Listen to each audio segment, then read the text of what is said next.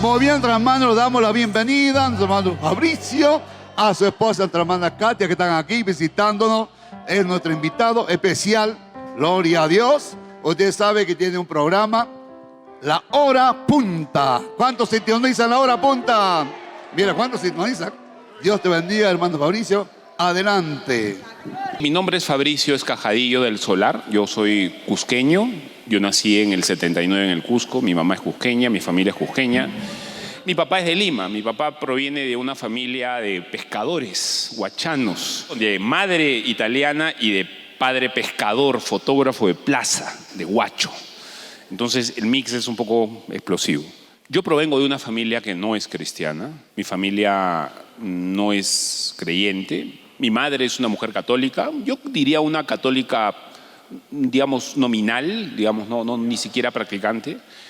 Mi padre, un hombre comerciante, trabajador, esforzado, tampoco creyente. Entonces me crié no como creyente.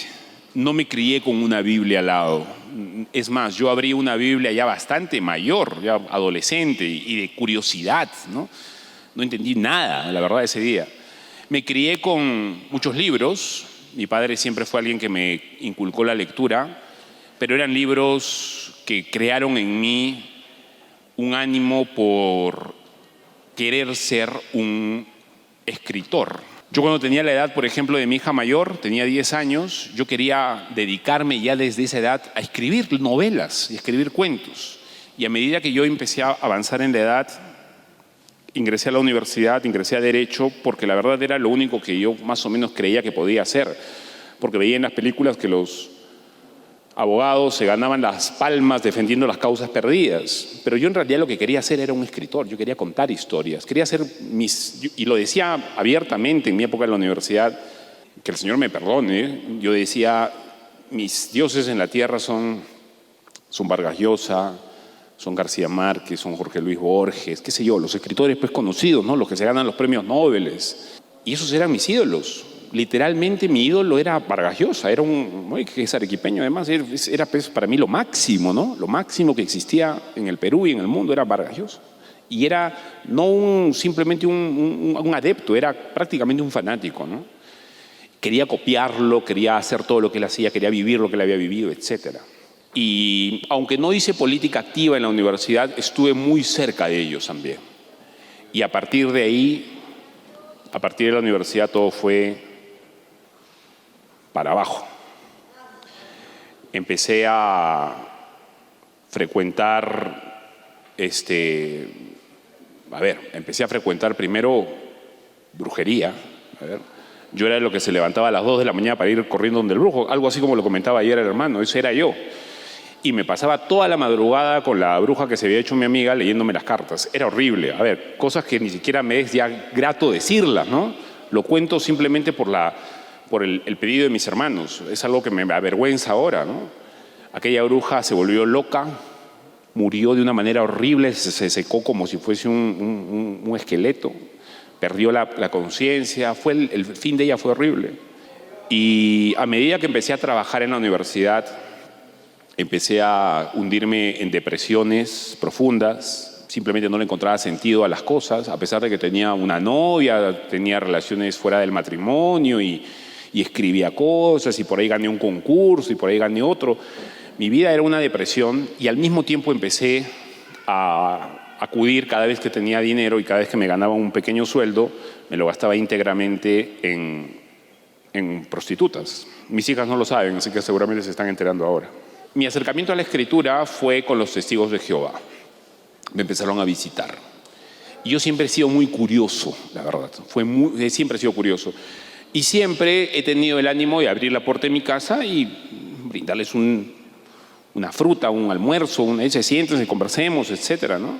A medida que yo practicaba estos pecados que les he contado, a medida que me creía lo máximo y que sin embargo estaba practicando, acudiendo a sitios, yo sin embargo mi orgullo era tan grande que yo creía que era lo máximo y que era el próximo escritor reconocido en el mundo. Vivía engañado y al mismo tiempo empezaba a hacer pasar a mi casa a testigos de Jehová. No sé qué cosa era peor, la verdad. Nunca me convertí en testigo, nunca lo hice. pero hay algo que me quedó de ellos hasta ese tiempo. Ellos tenían sus formas para afirmar, usando la Biblia, que Jesús no era Dios. Y yo creí que Jesús no era Dios, porque tienen sus maneras, ¿no? Ellos dicen pues, que Jesús le oró al Padre y no a Él, se hizo la voluntad del Padre, etc. Y como yo no era creyente y no era cristiano, me era mucho más cómodo creer que Jesús no era Dios, pues ya no tenía a quien rendirle mucha cuenta, ¿verdad? Entonces me quedé con esa verdad de los testigos. Me quedé con esa verdad. Me invitaron muchas veces a sus cultos, nunca acudí, porque lo mío era el pecado realmente. Yo no quería dejar mi vida pasada. Yo no necesité que nadie me enseñara lo malo. Yo me enseñé a mí mismo lo malo. Eso fue la verdad. De modo que no era yo muy adepto de salir a discotecas o emborracharme, porque me parecía pueril, ¿no? En mi orgullo yo veía a la gente que hacía eso y decía, pues estos se están destruyendo, mejor que sean como yo, que leo tantos libros y que si voy a hacer alguna maldad la hago en escondidas y me voy yo solo, no tengo necesidad de hacerlo. Esa era mi vida, la verdad. Despreciable. Yo me veo ahora y digo, gracias a Dios que me salvó de eso, ¿no? Y cuando yo empiezo a acercarme a los testigos de Jehová, todavía la cosa se pone peor y empiezo a usar drogas. Nunca usé ninguna otra droga salvo la marihuana. Y empecé a usarla cada vez más. Y empecé a deprimirme cada vez más todavía. Y empezó a venir novia tras novia y cada ruptura era todavía un hueco profundo de depresión. Entonces me ocurre algo que a mí me hizo no abrir los ojos, pero me hizo darme cuenta que había algo más allá de las cosas.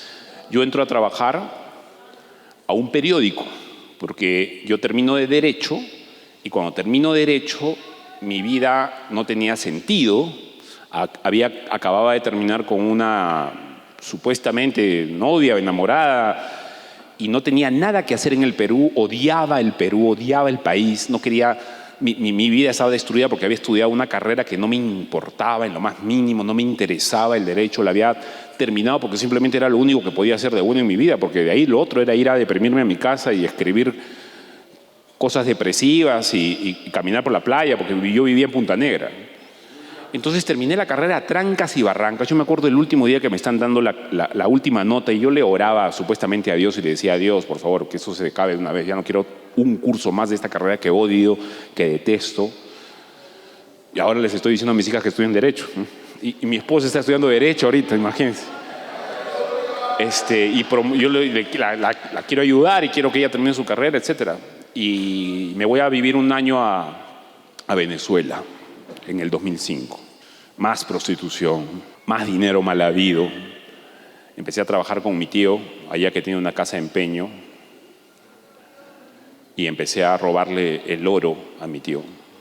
Venía la gente, empeñaba sus prendas de oro, había mucho oro en Venezuela en ese tiempo, la gente tenía mucho dinero, y yo me lo pagaba con mi dinero y me lo quedaba yo y no le avisaba a él que lo estaba... ¿Me entiendes? Es una trampa.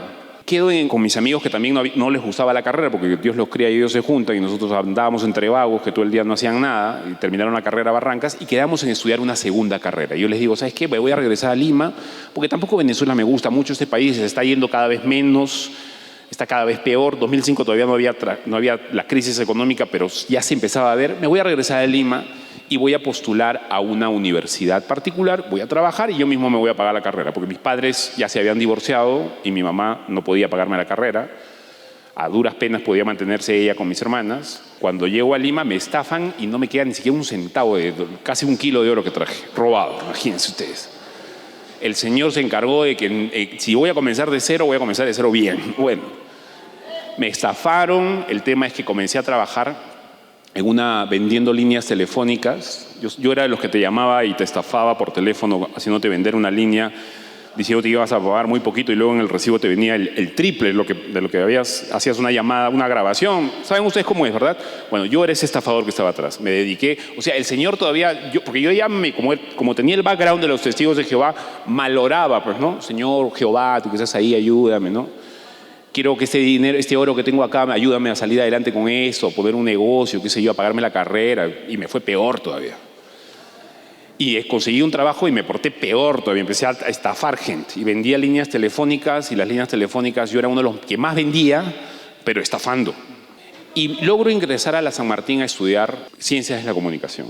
Y los apristas me dan una chamba, porque Alan acababa de entrar al gobierno, y me dan una chamba en el área legal, en el gobierno interior, en el Ministerio del Interior.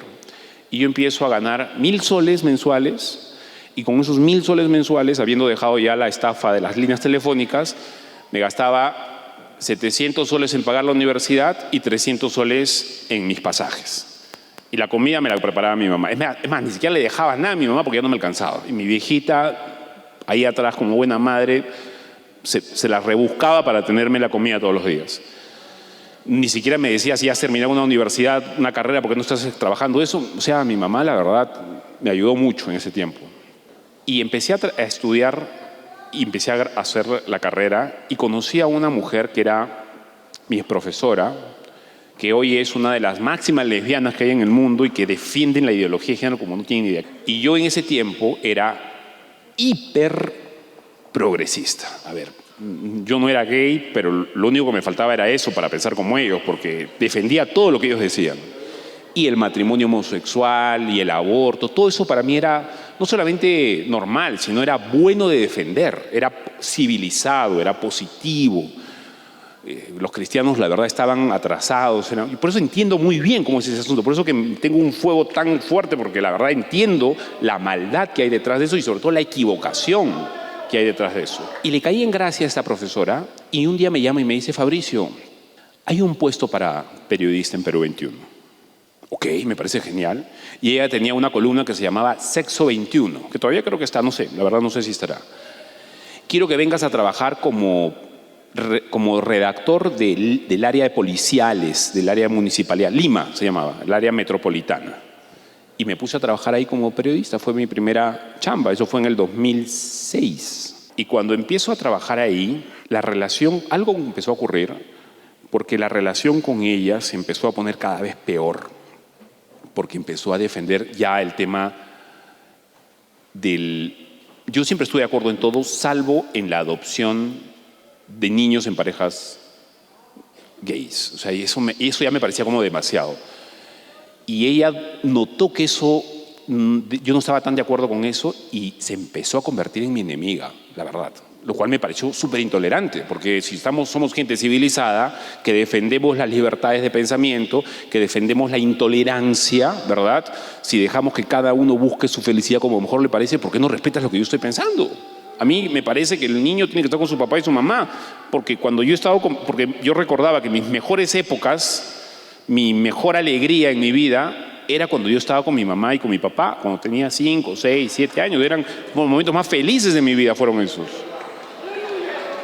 ¿Por qué le tienes que negar eso? Entonces se volvió mi enemiga. Y yo un día, y aquí es donde comienza todo, yo seguía gastándome lo poco que me restaba, los 50, 60 soles en prostitutas, seguía fumando marihuana cada vez que podía, que tenía que ser regalada por algún amigo, seguía viendo pornografía, seguía escribiendo novelas, escribiendo poemas, armando un libro de cuentos que lo terminé, que está por ahí refundido, que nunca más tendrá que salir eso a la luz.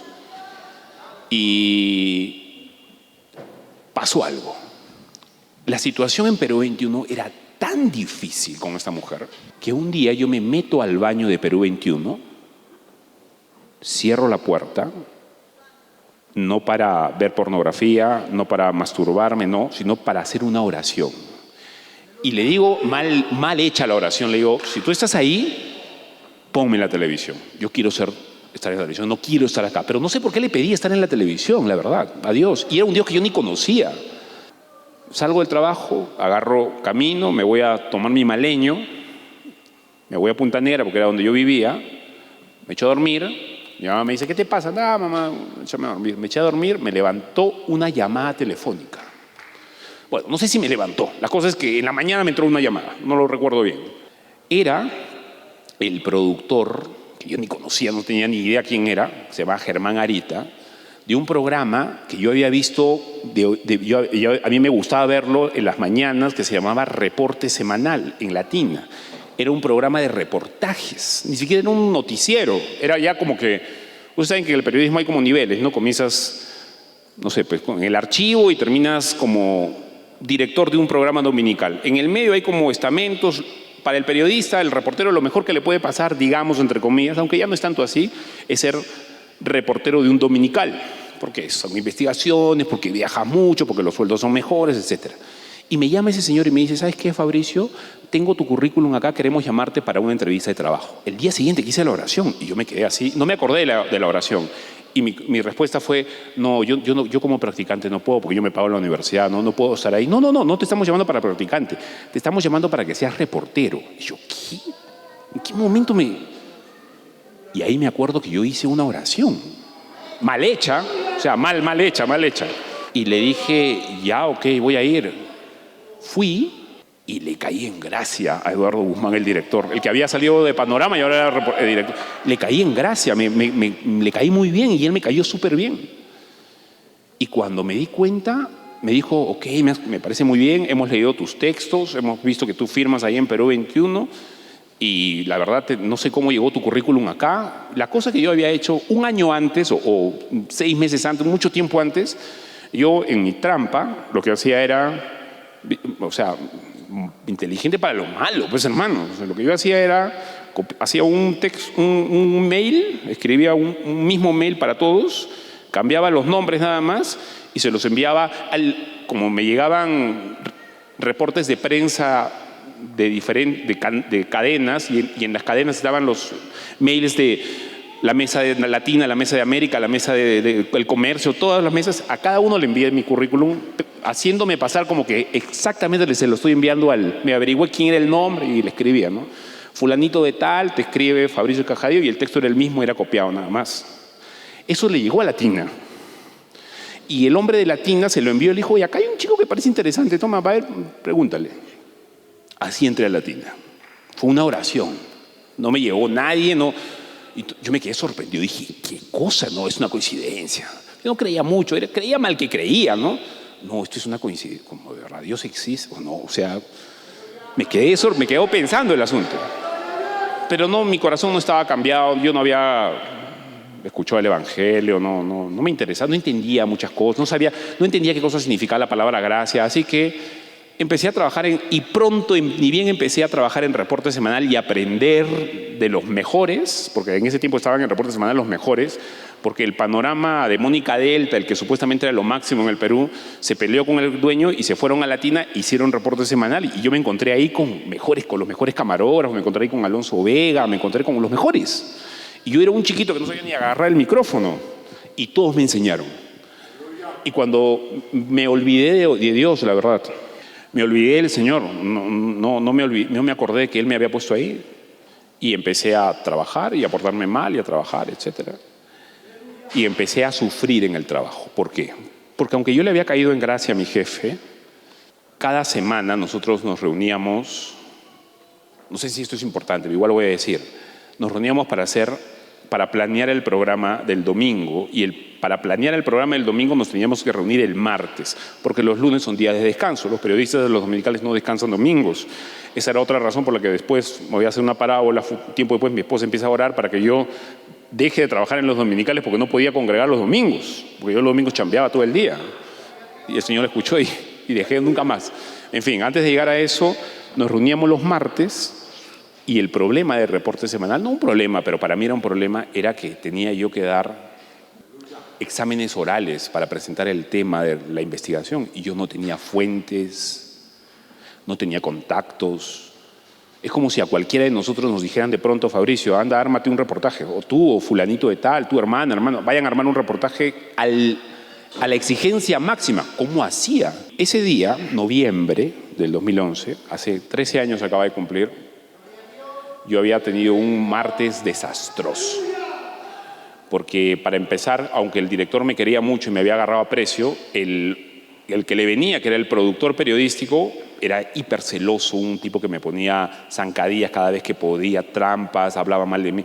Le había caído mal porque el director me tenía precio y el celoso le hablaba muy mal de mí. Y ese martes yo no presenté ningún tema, no tenía nada bueno que decir, no había ninguna investigación que había tenido y había salido casi echado del trabajo. Y mi jefe me ha dicho, mañana me traes un tema porque me lo traes. No sé qué harás. robas un banco, te robas los videos, tú ya sabrás que me traes un tema mañana. Con investigación, con testigos, con documentos, con videos, con todo. ¿Y yo qué hago? El miércoles llegó y también casi vagué todo el día porque no había nada que hacer. En una situación vergonzosa y dificilísima, en un trabajo que es a exigencia máxima. Y ese miércoles ya no pude más y me fui a caminar. Dije, ¿qué hago? Y me pongo a caminar por el Parque Kennedy. Empiezo a fumarme un cigarrillo. Creo que me iba a encontrar con una chica, pero la chica me plantó. No lo recuerdo bien. La cosa es que yo estoy a solas caminando en el Parque Kennedy y de pronto, con todo esto en la cabeza, que me iban a echar del trabajo, veo que hay un hombre que está hablando, un loco, que está parado en medio del Parque Kennedy hablando solo. Y yo, en mi desesperación, pensé, este puede ser un reportaje real, puede ser un informe. Quizá es un personaje que está viviendo en la calle y ha tenido un pasado de millonario, en mi mente, ¿no? Un pasado de millonario y ahora está solo. Esas historias que a veces funcionan en televisión. A veces hay reportajes así, ¿verdad? De noche, que vive abajo de un puente, que qué sé yo, que come en un comedor popular, que su familia es de dinero, etcétera. Porque el hombre no estaba mal vestido, estaba bien vestido, pero estaba hablando solo y como loco. Y yo me acerco y pongo el oído para oír. Yo ni me imaginaba lo que iba a pasar. Era la única manera para que yo pueda poner atención a un predicador, porque en mi orgullo, en mi corazón duro, muerto, era imposible que yo le tuviese que dar importancia a un fanático cristiano de esos que andan por la calle. Nunca en la vida le iba a pasar eso. Entonces yo pongo atención pensando que lo que iba a encontrar era un personaje para el reportaje tan necesitado que tenía esa semana, porque me iban a echar del trabajo. Y lo primero que escucho, o quizá lo segundo, pero lo primero, o sea, las primeras cosas que yo escucho, me doy cuenta que no era un loco, sino era un hombre que estaba predicando en el aire libre, solo. No había ido ni siquiera con hermanos, estaba solo y tenía una Biblia al lado. Y lo primero que yo escucho, en ese momento él no estaba exactamente predicando, sino él estaba recitando Romanos. Es mi amigo ahora, es uno de mis mejores amigos, congrega conmigo en mi iglesia. Pero él tenía el don del Señor de memorizarse los párrafos enteros de la Biblia. Y él se había memorizado casi el capítulo 1, 2 y 3 consecutivos. Es un prodigio. Y en ese momento él estaba parando y estaba declamando Romanos 1.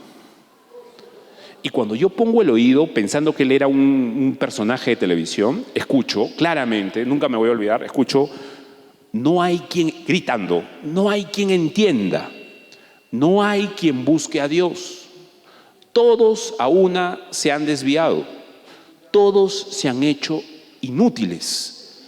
Sepulcro abierto son sus gargantas, con su lengua engañan y veneno de áspides hay debajo de sus pies.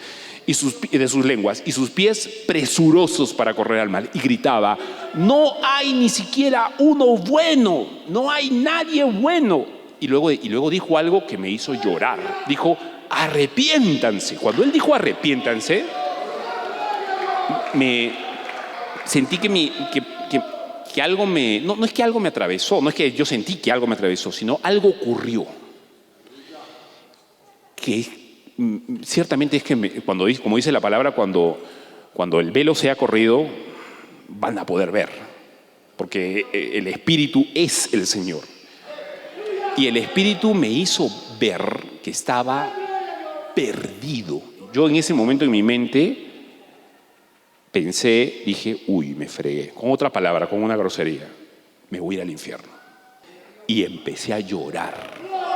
Y lloré de una manera tan fuerte que me olvidé de Latina, me olvidé de los reportajes, me olvidé de todo, porque al mismo tiempo que yo escuché el Evangelio, porque él además luego se empezó a predicar y yo llorando empecé a poner toda mi atención en lo que él decía, y él empezó a hablar de un hombre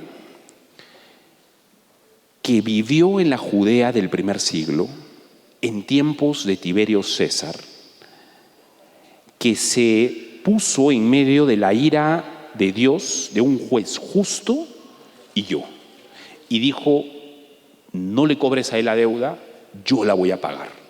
Y ese hombre era Dios mismo, que estaba cumpliendo las escrituras, que había cumplido todas las profecías. Cuando yo entiendo lo que es la palabra gracia, me puse a llorar por dos cosas, porque estaba desesperado porque me iba a ir al infierno y porque estaba agradecido al mismo tiempo. Era un sentimiento extraño. Y termina el hombre de predicar y yo me le acerco y le digo, llorando desconsoladamente, le digo, por favor, explícame qué es eso de la gracia, le dije. No le dije que me voy a ir al infierno, le dije, explícame qué es eso de la gracia. Y él me predica el Evangelio. Me predica el regalo gratuito que es la salvación. Me dice, Fabricio, no hay nada que puedas hacer. Tú te vas a ir al infierno de todas maneras. No hay obra buena que puedas hacer, no hay diezmo que puedas pagar, no hay iglesia católica a la que puedas ir, no hay nada. Simplemente arrepiéntete y cree que esto que te estoy diciendo es verdad. Cristo murió por ti. Pagó el castigo. Cuando eso ocurrió, hermanos, yo le dije, yo quiero ir al lugar en donde tú estás. Estamos hablando de un tipo que se había pintado el pelo rojo en su juventud, que andaba con los pelos parados, que iba a prostitutas y le parecía bien, que usaba drogas y le parecía bien, que veía pornografía y le parecía bien, que defendía el progresismo, que era intelectualmente, para mí todo eso era correcto. Y yo, o sea, algo ocurrió que no sé cómo es posible que alguien así le diga a uno que recién conoce, que está hablando solo en la calle, que le ha hablado el Evangelio, que le diga, llévame al lugar donde tú estás, yo quiero ir. Y él me invita a la iglesia, que es la misma iglesia en donde me bauticé, en donde me casé, en donde velé a mi hija, que murió, en donde hemos visto milagros del Señor.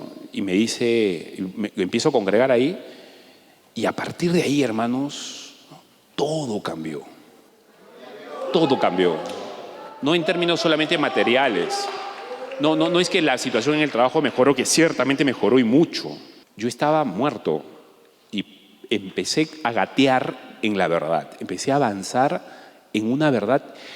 Ese día se inauguró en mí. Yo no sé cómo serán los demás, hermanos. Yo no sé. Quizá a otras personas el Señor trata de maneras diferentes. Conmigo ese día se inauguró una reforma en mi vida que no ha parado hasta el día de hoy. O sea, no ha parado el Señor de mostrarme cada vez más su gloria, la gloria de Cristo. Y yo regreso y empezaron en mi chamba, inmediatamente empezaron a notar que algo había cambiado. Porque yo inmediatamente muy en mi mente dije, no voy a mostrar eso en mi trabajo, porque no voy a empezar simplemente a ser cristiano. Pero tenía miedo de hablar de estas cosas en mi trabajo. A mi mamá, por supuesto, empecé a hablarle a todos mis primos, a todos. Pero en el trabajo ocurrió de una manera. Algo empezó a cambiar porque yo ya no quería ser, no sé, la malcriada del año, el bailecito del reggaetón, el escándalo de la farándula, porque yo hacía esas notas, pues esas cosas me gustaban hacerme. Sino empecé a hacer cosas más serias. Empecé a hacer cosas políticas, a hablar de economía, a hacer casos sociales, a recoger denuncias de los hospitales, de las municipalidades, de los corruptos. Y el Señor me empezó a llevar por ahí. Yo me planteé la posibilidad de dejar el trabajo. ¿Okay? Yo me planteé la posibilidad de dejar el trabajo. Volví a mi casa ese día, después de escuchar el Evangelio, me dormí, fue un día maravilloso. Lloraba, no dejaba de llorar, estaba llorando, me levanto y cuando me levanto lo primero que pienso es, o no sé si es de mí o fue el Espíritu del Señor, probablemente fue el Señor el que me hizo pensar, me dijo, no escuché, sino pensé, esos libros que están en tu casa los tienes que destruir. ¿Por qué? Porque los libros de literatura tenía 30.000 soles en libros o 40.000 soles en libros robados. Y la gran cantidad de los libros que no podía comprar siendo un sanmarquino que ganaba lo justo, los conseguía robando. Hermano, ese día, con Nico, con mi sobrinito, lo metí al carro. Mi papá había vuelto con mi mamá y mi papá tenía un carro. Yo agarro el carro, me voy manejando a San Bartolo a comprar gasolina y lo subo a mi sobrinito que tenía 3 años, o 3, 4 años, y le digo, vamos a darle gloria a Dios hoy día. Ya, tío, me dice. Compré un poco de gasolina y armé una fogata gigante, la verdad. Y me quedé sola. Y yo en mi oración, como creyente, le dije, Señor, yo solamente quiero quedarme con un libro nada más, con la Biblia, nada más. No quiero... Enséñame con ese libro. Y quemé todos mis libros, hermano. Los quemé todos. Fueron pasto de las llamas. Mi mamá salvó algunos, mi mamá incrédula, pues salvó algunos así, por ahí, se los escondía, ¿no? ¿Qué le pasó? Se volvió loco. Fabricio se volvió literalmente loco. ¿Cómo vas a hacer eso? Habían libros de literatura, habían libros de historia, habían libros de política, habían libros mundanos, la verdad, eran libros. Le pongo al Señor la Biblia en el medio oro y le digo, Señor, yo solamente me quiero quedar con tu libro. La Biblia me la empecé a comer de arriba abajo, como ustedes no tienen ni idea. La verdad, esa fue la época en la que más leí la Biblia, casi hasta dormido, hasta soñaba con eso. Con el tiempo yo veo que el Señor bendijo eso. ¿Cómo lo bendijo? Hermanos, estamos hablando de alguien que sobre todo quería ser escritor y quería ganarse la vida contando historias de ficción, novelas, ¿verdad? Como Vargas Llosa. El Señor me permitió ganarme la vida contando historias, pero historias reales, escribiendo guiones de cosas que le pasaban a la gente de verdad y que necesitaban ayuda, etcétera. Y yo cuando caí en la cuenta de eso años después dije, wow, gloria a Dios, cómo el Señor ha sido bueno. Honró a un pobre gusano que lo único que en su momento hizo, Señor, yo no sé, lo único que quiero es quedarme con tu libro. Lo honró de una manera tal que hasta el día de hoy estoy aquí. Y yo que era un enemigo, o sea, yo los veía a ustedes en la calle y lo que iba a pensar que ustedes eran unos fanáticos. Y si había que prenderle fuego, había que prenderle fuego, porque esa gente es retrógrada, está en contra de la civilización. Y mírenme a mí ahora, o sea, es un milagro. Hermanos, mi conversión tuvo 3 experiencias sobrenaturales. Yo las quiero contar el día de hoy. Yo soy un bautista y soy un bautista reformado, es decir, nosotros cuando hablamos de experiencias las hablamos en el secreto. Es la perspectiva, quizás está un poco equivocada, quizás no, pero la cosa es que así somos. Pero yo quiero hablar ahora públicamente de mis experiencias. La primera de ellas es, yo estoy reunido en la casa de unos hermanos y empiezo a leer la Biblia. Estábamos a punto de cantar en una célula, en una casa, ¿no? Un culto particular, familiar. Y yo tenía un hermano que era el pastor en esa época, frente a mí, y yo estoy leyendo, simplemente abro la Biblia y empiezo a leerla, y empiezo a leer el Salmo 24. Yo ni me acordaba de los testigos de Jehová, pero sí tenía en la cabeza todo lo que me habían enseñado. Y yo empiezo a leer que el Salmo 24 se empieza a dirigir a uno que es limpio de manos, puro de corazón, que no ha elevado su alma a cosas vanas, que no ha mirado ni ha hablado con engaño. Y yo empiezo a describir, y digo, ese no soy yo. O sea, ¿la Biblia de quién está hablando? Porque los judíos antiguos decían que ese salmo era Israel, que estaba describiendo Israel, pero Israel no es un hombre. Ahí está hablando de uno solo. Es más, él dice que lo pondrá sobre Sión, sobre su monte santo. Lo voy a leer literalmente para que no nos perdamos y no salga de mi boca una imprecisión. El Salmo 24, hermanos, dice: ¿quién subirá al monte de Jehová? ¿Y quién estará sobre su lugar santo? En el versículo 3. Y yo como era bien memorioso y tengo buena memoria, yo me acordé rápido que el Salmo 2 dice que Cristo va a estar en su monte. Porque dice, a ti te pondré sobre Sión, mi monte santo. En el Salmo 2 él dice, pero yo he puesto mi rey sobre Sión, mi santo monte.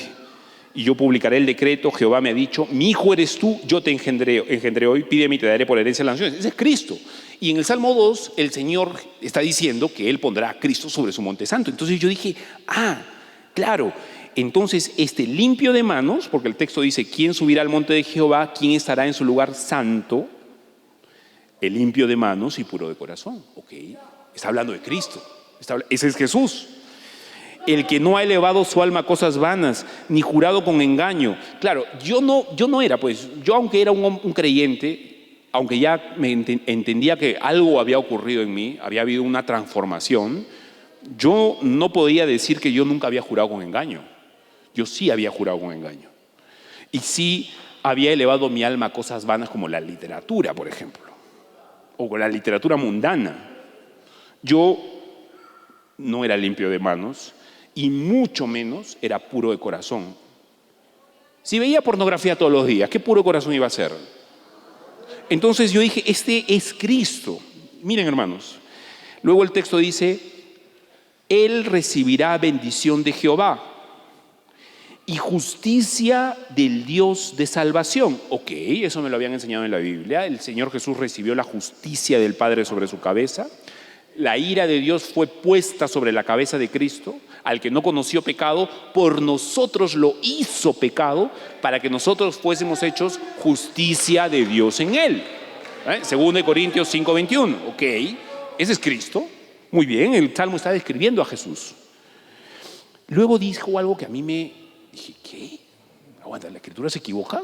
Dijo, tal es la generación de los que le buscan. Es decir, tal es mucha gente que busca a ese que es limpio de manos y puro de corazón, que será puesto en el monte de Dios y que recibirá la justicia de Dios para salvación. Y luego dice el texto, esto me causó sorpresa. De los que buscan tu rostro, Dios de Jacob.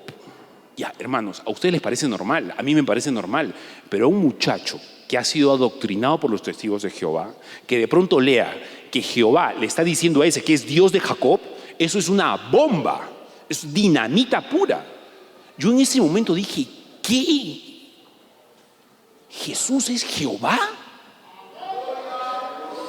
Y seguí, por supuesto dije, a mí no me va a detener nada en mi mente, yo voy a seguir leyendo hasta el final. Y seguí leyendo y dice, de pronto cambia la voz. Esto yo lo entendía bien por mi formación como escritor, ¿verdad?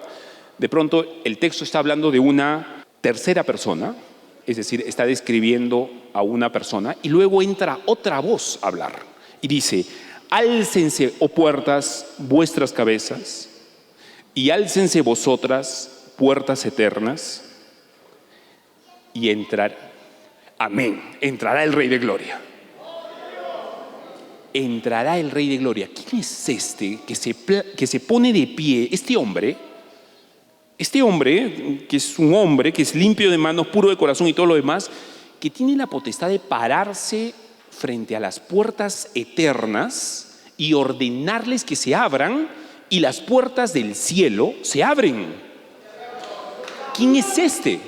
Y luego viene la pregunta, que es justamente la pregunta que yo me hacía, que es evidentemente la pregunta en el texto, la pregunta de quienes están testigos, viendo que un hombre asciende, se para, ordena las puertas eternas que se abran, y estas puertas se abren, y él dice, entrará el Rey de Gloria. Y de pronto la pregunta es, ¿quién es este Rey de Gloria? ¿Quién hace esas preguntas? Yo en mi mente sí las estaba haciendo, pero en el texto, ¿quién las hace? Todos los que están mirando eso. ¿Y quiénes son los que están mirando eso? Pues están ahí los ángeles, están observando estas cosas que estaban ocultas para los ángeles y que fueron reveladas por medio de la iglesia a ellos, cosas en las cuales anhelan mirar los ángeles. ¿Quién es este Rey de Gloria? Si al Rey de Gloria lo hemos visto, no lo hemos visto nunca. Él habita en luz inaccesible, no lo ha visto nadie nunca jamás. ¿Quién es? Visto, y se me viene a la mente inmediatamente el texto de 1 Timoteo. Como yo había leído la Biblia, me acordaba. Él fue visto de los ángeles.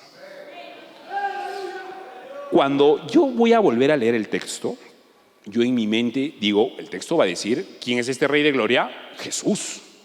Es evidente. Y yo me había olvidado que estaba en el Antiguo Testamento. Yo me había olvidado que estaba en los Salmos. Y el texto no dice Jesús. El texto dice Jehová. Jehová el fuerte y valiente. Cristo es Jehová. Hermanos, cuando yo leí esto, yo me quise tirar por la ventana de alegría. Estaba en un segundo piso. Me quería gritar de alegría. Esa alegría que sentí en ese momento, discúlpenme mis hijitas, no la sentí ni siquiera en el nacimiento de una de ellas. Una alegría tan, hermanos, no puedo explicar cómo fue eso. Una alegría. Cristo era Jehová. Él era y mi mente se abrió. Mi mente se abrió. Él era el Jehová que había luchado con Jacob. Él era el Jehová que vio Isaías, la visión de Ezequiel. Él fue el que fue traspasado por nuestras rebeliones en Zacarías. El Antiguo Testamento, hermanos, se abrió.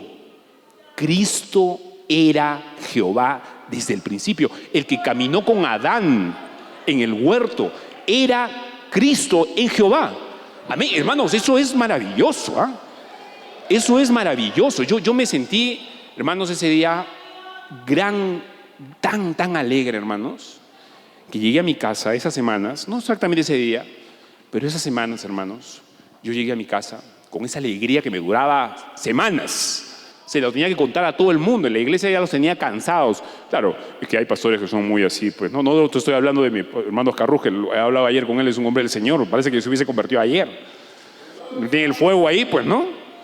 Sino que hay algunos hombres que, sí, claro, pues no, eso es así, obviamente, ¿no? Muy intelectuales y todo el asunto. Discúlpenme ustedes. Yo estaba con un fuego que llegué un día a mi casa y me ocurrió una cosa que no me voy a olvidar nunca.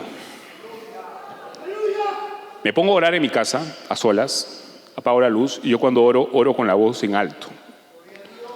Por eso que la dejo a mi esposa en la madrugada a dormir y me tengo que ir a la sala, porque es mi costumbre, cuando estoy a solas con mi Señor, después de esta experiencia que tuve, que les voy a contar ahora, es orar en alto, para ver si un día vuelve a ocurrir. Ese día estaba yo orando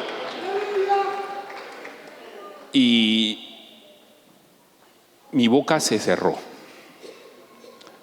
No podía yo abrirla, y más yo quería abrir, pero no fue incómodo, fue muy tranquilo. Fue como si alguien hubiese puesto los dedos y me hubiese tapado la boca, y la habitación, de arriba de la habitación empezó a descender fuera de mí. No fue una superstición, porque no ocurrió dentro de mí, era afuera. Empezó a descender una paz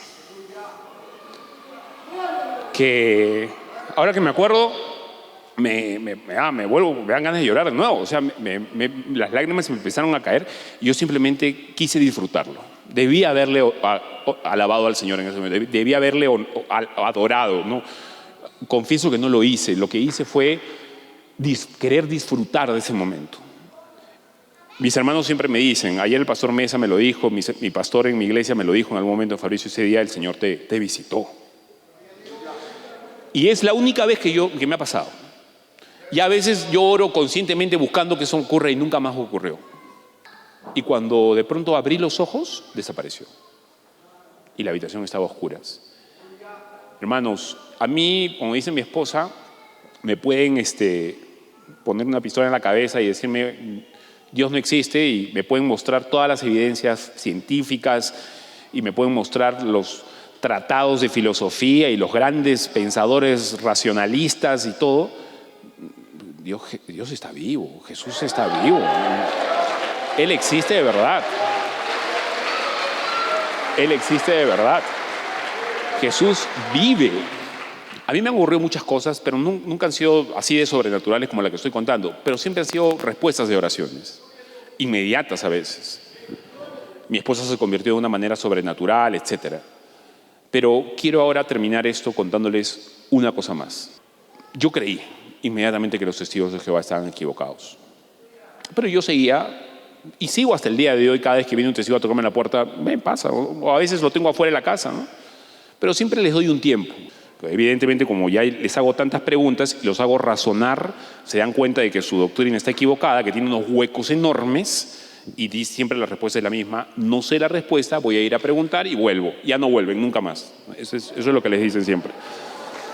Sin embargo, todo esto partió a raíz de la última vez que yo conversé con un testigo de Jehová de manera abierta y larga en mi casa. No fue la última, creo que fue la penúltima por ahí. Él está muerto ahora, murió. Espero que se haya arrepentido en sus últimos momentos.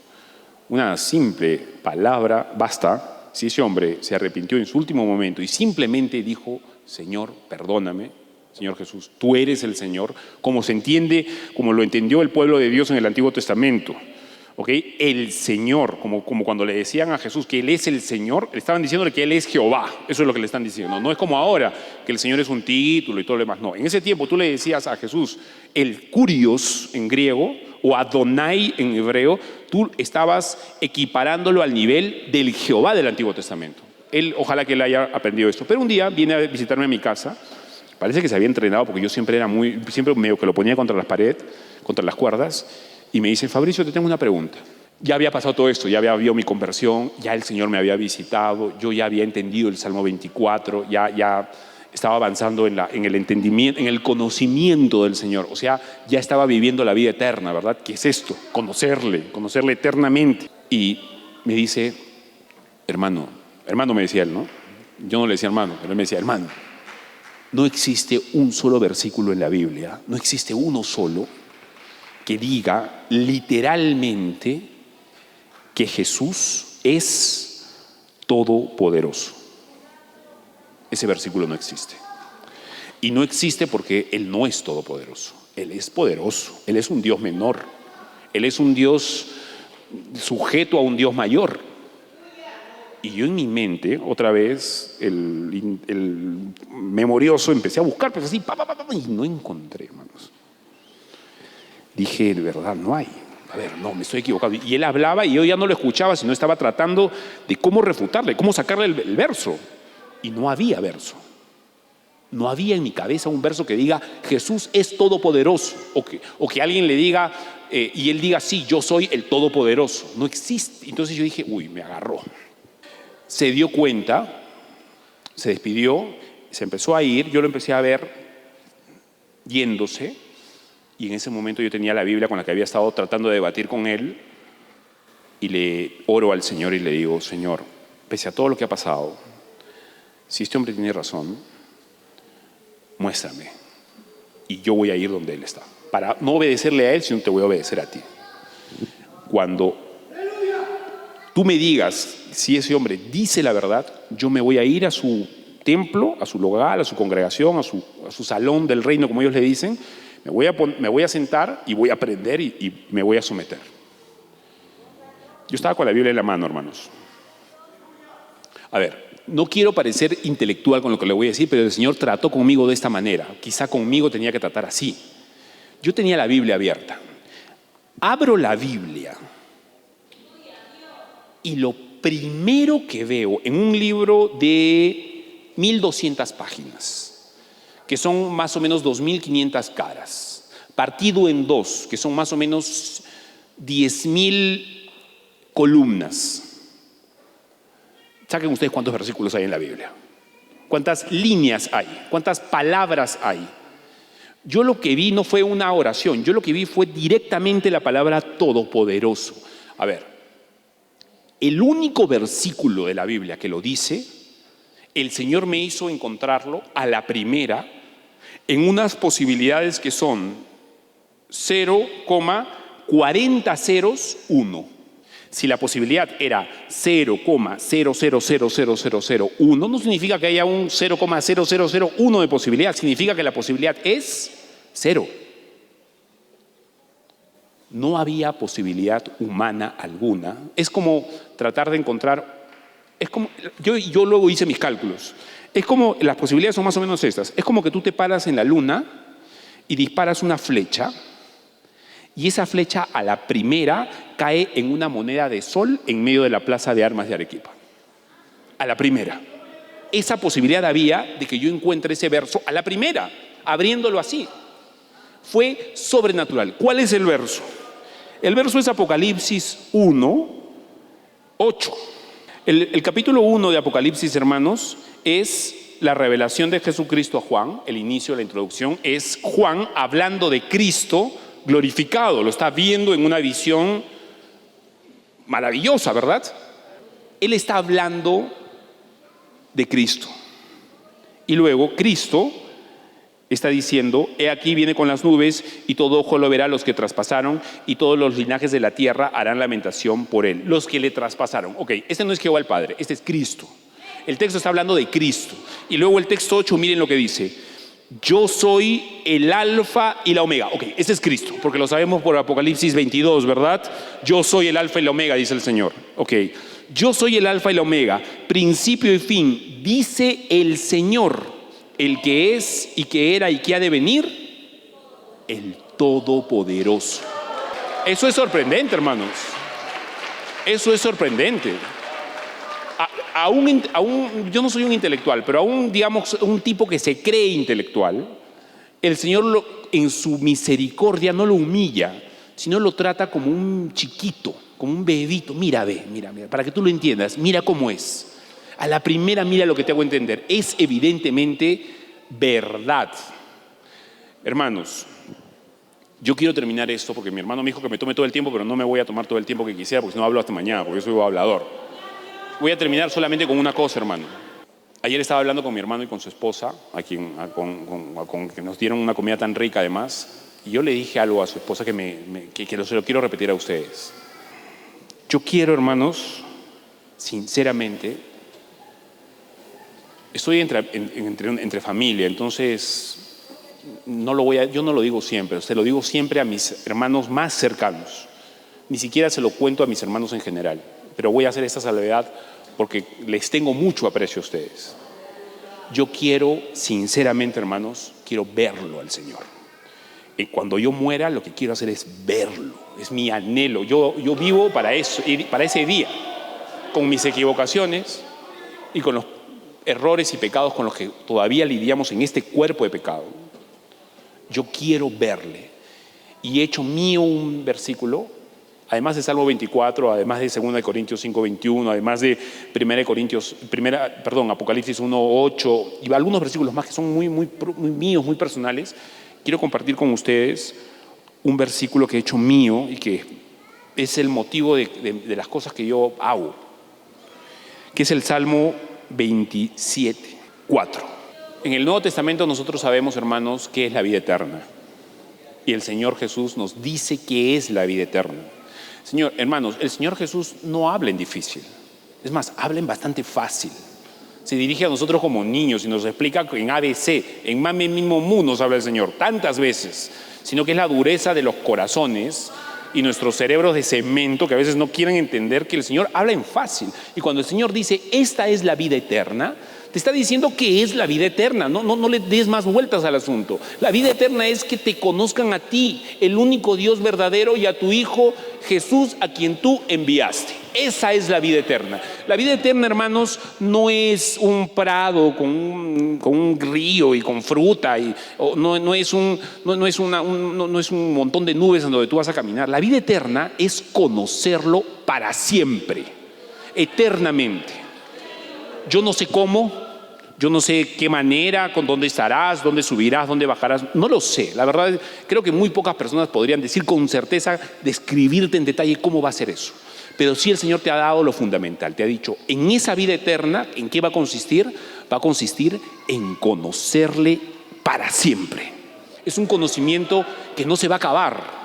No tiene freno, no es que en un momento tú vas a decir, ya, ok, Señor, ya han pasado 30 millones de años, ya creo que te conozco bastante bien. No vas a conocer ni la superficie del Señor. En ese sentido, este texto, una cosa he demandado a Jehová, Salmo 27:4, esta buscaré.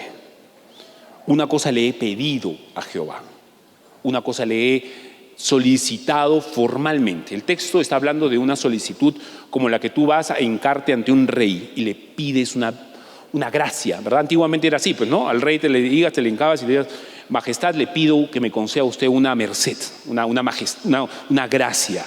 ¿Qué cosa quieres? Quiero un puesto para mi hijo, quiero que mi esposa viva en tal lugar, quiero que me conceda esta tierra, qué sé yo. Bueno, el salmista está usando este mismo vocabulario para decir una cosa le he pedido formalmente desde el fondo de mi corazón al Señor. Esta buscaré. Es decir, no solamente el hombre ciertamente cree que eso va a ser concedido, sino que también vive una vida buscándolo, sabiendo que lo va a conseguir, no por su obra, no por su poder, por gracia del Señor, pero aún así él vive haciendo obras de justicia durante su vida. Entonces, una cosa he demandado a Jehová, esta buscaré: que esté yo en la casa de Jehová todos los días de mi vida. Hermanos, eso es la eternidad. El salmista está diciendo todos los días de mi vida. Todos los días de la vida de cada uno de ustedes es la vida eterna. Ustedes no van a morir nunca, así el cuerpo de ustedes se descomponga un día. La vida eterna comienza desde el día de tu conversión, desde el día que el Señor te atravesó con su Espíritu en el Evangelio, para adelante. Y miren lo que dice: una cosa he demandado a Jehová, esta buscaré, que esté yo en la casa de Jehová todos los días de mi vida, y aquí viene lo maravilloso, son dos cosas que el texto dice que van a ocurrir en la vida eterna. Es decir, que la vida eterna consiste en dos cosas. La primera, para contemplar la hermosura de Jehová. Es decir, hermanos, es una caricatura lo que voy a decir, pero es más o menos para que podamos comprenderlo. Es una vida eterna así, absorto, como los ángeles. ¿Ustedes creen que los ángeles son inferiores a nosotros en intelecto? No les estoy hablando en santidad, no les estoy hablando en justicia, no les estoy hablando en integridad, en intelecto, en inteligencia. ¿Creen que son inferiores? No, son superiores en intelecto. Y siendo superiores en intelecto, es decir, son más inteligentes que Newton, son más inteligentes que Einstein, son más inteligentes que el más inteligente que ustedes puedan creer, ellos lo que hacen eternamente en esa inteligencia es decir: santo, santo, santo. Es decir, que lo que están viendo los ángeles eternamente es tan hermoso que aún siendo los más inteligentes que pueden ser entre nosotros, están tan, no voy a decir achicados, están tan absortos, están tan vencidos, derrotados por la gloria y la hermosura que ven, que lo único que hacen decir es: wow, wow, wow, santo, santo, santo, santo eres tú, Señor, cada vez más, hasta el infinito.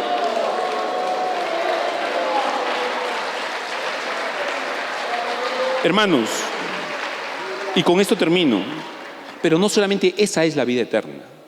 La vida eterna también consiste en lo segundo, que es para contemplar la hermosura de Jehová y para inquirir en su templo. Wow, ¿qué significa eso? Significa dos cosas.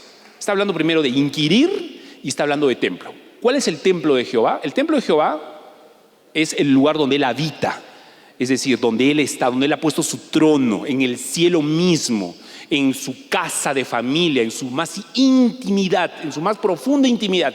Ahí vas a habitar, escondedero, como dice la palabra. Él me esconderá en lo profundo de Él, en su intimidad máxima. Es, hablando en términos humanos, es la sala de tu casa donde no dejas entrar a nadie salvo a los tuyos. Ahí te va a poner el Señor, en su intimidad profunda. ¿Qué vas a hacer ahí? Contemplar su hermosura, sí, pero además vas a inquirir. ¿Qué significa inquirir? Es la misma raíz que nosotros usamos para una palabra que suena feo, pero bien explicada no es tanto así. Además, aunque yo soy anticatólico a ultranza, ese es otro tema que vamos a conversar, que es la palabra inquisición. ¿Qué significa la palabra inquisición? Básicamente es el acto jurídico en donde tú quieres llegar a una verdad legal en un juicio a medida de preguntas. Es inquirir. Entonces, preguntas, respuestas para llegar a una verdad. Básicamente eso era la Inquisición. Ahora y eso ya se convirtió en una gran maldad del enemigo, como todos los conocemos. Pero en sentido bíblico es simplemente eso. Es procurar llegar a una verdad usando preguntas. Con respuestas que traen otras preguntas, que traen respuestas, que traen otras preguntas. Eso es la vida eterna. Es un conocimiento en base a descubrimiento, cada vez avanzando en el conocimiento de Jehová de manera eterna.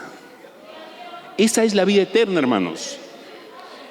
Por eso es que yo estoy acá. Por eso es que estoy aquí. Quiero agradecerles, hermanos, sinceramente, por este tiempo que ha sido extenso. He querido extenderme porque es lo que me pidieron mis hermanos. Que el Señor Jesús se glorifique en cada uno de ustedes, que de aquí sus hijos un día se levanten y que den batalla todavía más grande que la que hemos dado, y que ellos a su vez procreen hijos y generaciones que sigan dando batalla hasta el día del Señor, hasta que venga, sea mañana o sea en 1000 años, que nos mantengamos firmes en el Señor. Muchas gracias, Dios les bendiga.